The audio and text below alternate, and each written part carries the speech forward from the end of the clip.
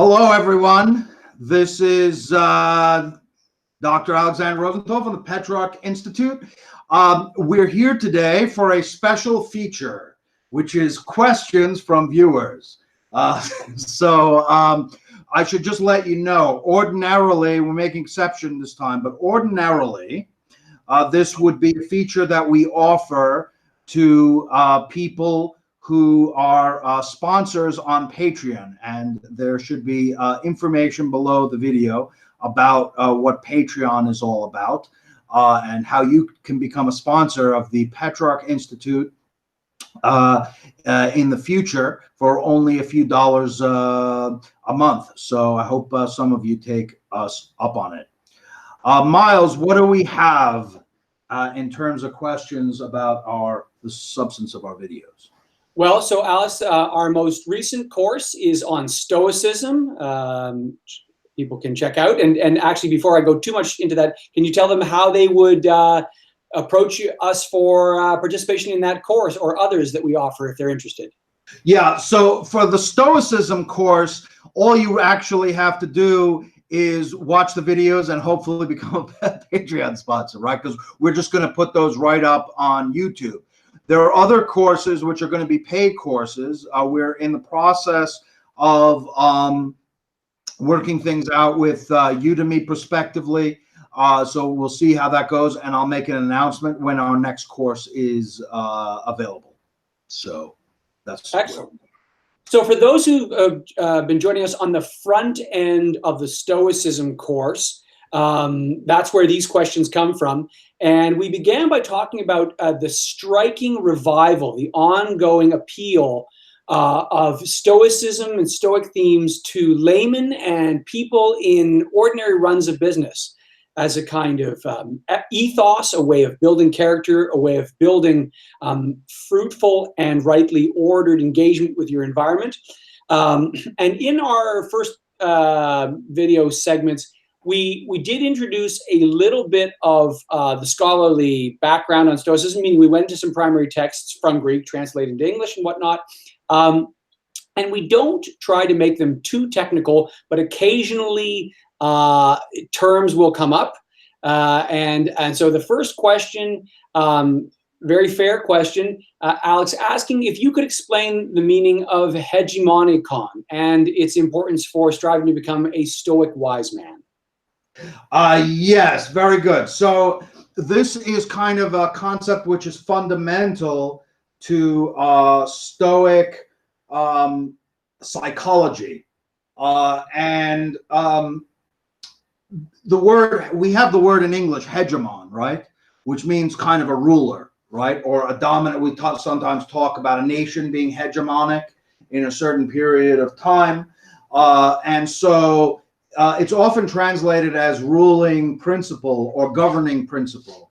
I found a couple of interesting things about it. One from Petrarch, where he explains the difference between Stoic psychology and, say, Platonic psychology. Plutarch. Sorry, Petrarch. We're Petrarch.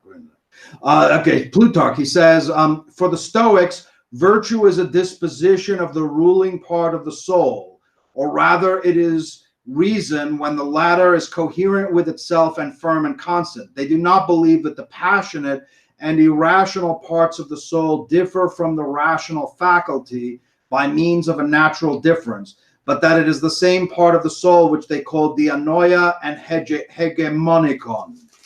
Okay, so what is he talking about?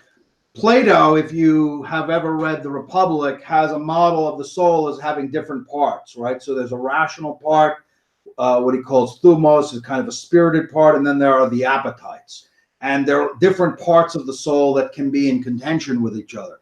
The way the Stoics would think about it is different. There's one hegemonikon, one ruling part, and it can be either be passion, which is your ruling part, or it can be reasoning. It's all the same faculty, just doing different things. They gave great emphasis to the idea of making sure that you are in charge of your hegemonikon, right? You are in charge of your ruling passion, that you're not your ruling principle, that you're not a slave either to the passions or to what comes at you from without. Say, like somebody insults you and you feel that that somehow controls what you must do next, or that sort of thing. So I'll give a couple of examples from the English translations where the concept comes up, and I think it'll give you a clearer sense. So in the first book, chapter 15, Epictetus says that, so he says that, then again, the subject matter of his own art of living, but with respect to your art of living, it comes under the category of externals, like a farm, like health, like good repute. Philosophy promises none of these things, but rather in every circumstance, I will keep the governing principle in a state of accord with nature. So philosophy can offer nothing to you per se in terms of making you rich or making people like you, or whatever these things may come from your efforts, but it can't promise you these things. All it can offer you is that you keep your governing principle in accord with what we now call natural law, right? In accord with nature, in accord with the right rational way of living. So in book 3, he says, you have digested these principles, meaning the principles of Stoicism.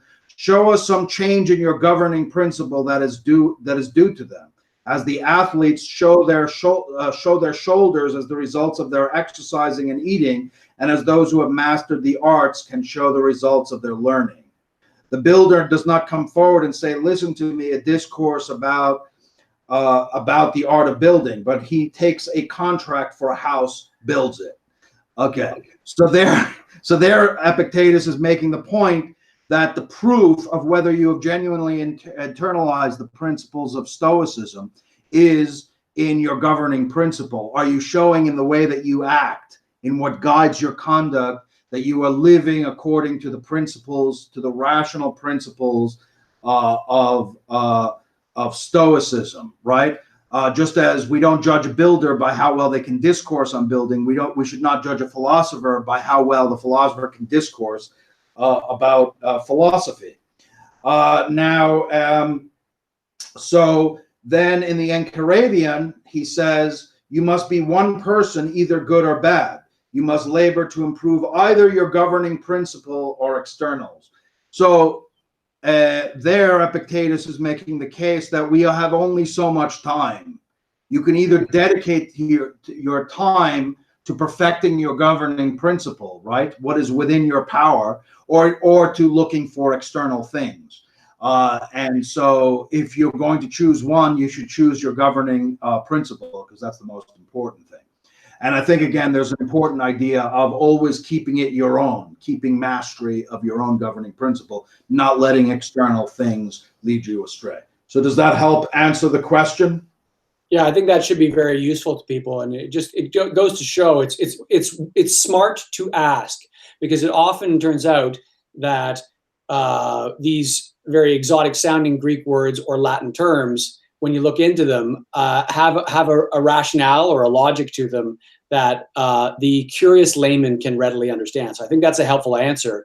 While we have the video open, Alex, I think we did pick another question from one of our students to answer, which touches on videos we did in the past. We spent some time talking about the axial age, this idea of Karl Jaspers, and we looked at cultural developments, be they political, philosophical, or religious, in places like India, as well as in Greece and China and whatnot. And I think we've touched briefly in the past on resonances between Indian religion and philosophy and the Judeo-Christian world on the one hand, and the Greco-Roman world on the other. Someone has asked us if there's anything to what they were taught once in a philosophy class, I take it, namely that Stoicism, or at least some Stoics, had come into contact with Indian wisdom, whether Vedic or Hindu, and that this might have been related to Alexander's conquests in the East. And so the question really is there any evidence or substance to this idea?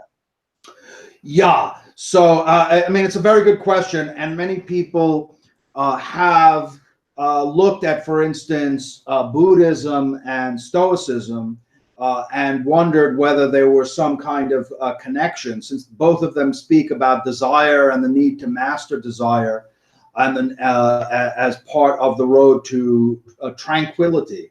And so you could certainly find teachings that have certain similarities. The question, I suppose, is a historical one.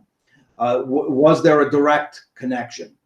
So the way that I would answer this is principle of parsimony would tell us that you can probably derive Stoicism if you have an understanding of cynicism, Socrates, and Heraclitus, right, with his idea of the logos and the constantly shifting world. It would probably be simpler to derive it from indigenous Greek sources, and I'm not aware off the top of my head of anywhere in the Stoic corpus where Indian writings are referred to, unless you want to count the following. So, I mean, the first contact that I'm aware of between the Greeks and the Indians was, in fact, during Alexander's conquest. So that would have been, so let's say Zeno is around 300 BC.